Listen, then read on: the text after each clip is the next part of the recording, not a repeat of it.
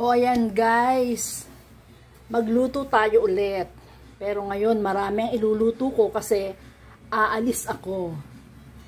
Maglalakwatsa muna ako guys.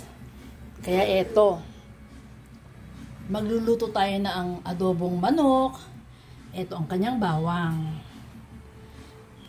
O ayan, eto naman maggagata tayo ng ampalaya with hipon. Eto ang gata, eto ang ampalaya, at eto ang hipon. At eto naman ang tilapia, mag-i-escabeche tayo ng tilapia. At eto ang mga lahok ng ating escabecheng tilapia. Bawang, maraming sibuyas, at maraming luya. O yan guys, mag-uumpisa tayo magluto ha. Dito natin iluluto ang ating adobong manok. O guys, bago yung aking kawali. Papasko yan sa akin.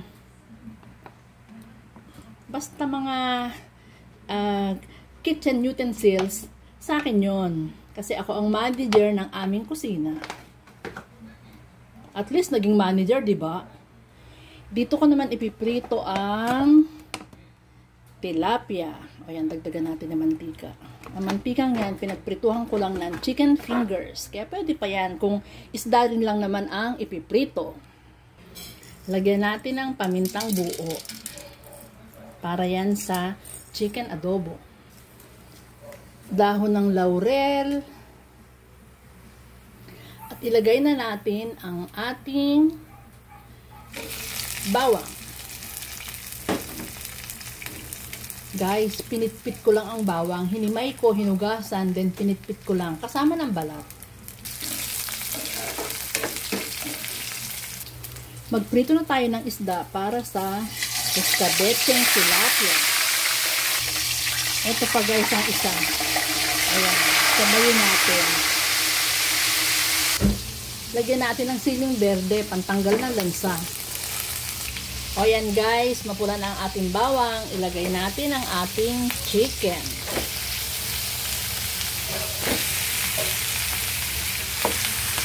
Guys, maliit pala ang kasirola ko. So, ililipat ko siya dito. O ayan, diba?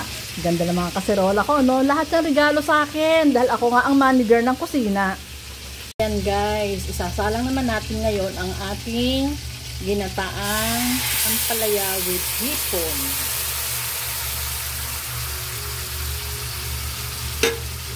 Kailangan atin siyang haluin lagi para maging creamy lang siya at hindi magbuo-buo. Ngayon guys, ilagay natin ang ating ampalaya. O yan guys, ngayon naman ilagay natin ang ating hipon. Dapat bang ilagay na? Parang hindi pa may ng konti.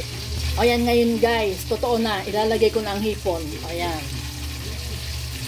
O ayan guys, ang aking adobo, ang prito kong tilapia para sa escabeche, at ang ginataang ampalaya with hipon. Eto guys, lagyan natin ng suka. Lagyan natin ng toyo. O yan guys, luto na ang aking ginataang ampalaya with hipon. Mas nauna pa talaga siyang maluto kasi mabilis lang talaga siya. Yan guys, magigisa na tayo ng para sa escabeche. Ang gagamitin nating mantika ay yung pinagprituhan ng isda. Ilagay natin ang bawang. At ilagay natin ang sibuyas at ang luya. Eto guys, luto na ang adobo. O yan, meron siyang sabaw-sabaw para kasi pagka kinain na yan, maglalaga lang ng itlog at ilalagay dyan. O yan guys. At eto guys, nakalimutan ko pala ang pamintang buo. Ayan, mabuti na lang naalala ko pa. Lagyan natin ng patis. Lagay ang asukal. Lagay ang suka. Lagay ang isda. Lagay ang tubig. Pakuluing mabuti and then titikman. O ayan guys, luto na ang ating escabecheng tilapia. So ngayon nakapagluto tayo ng tatlong klase. Chicken adobo, escabecheng tilapia, at ginataang ampalaya with hipon.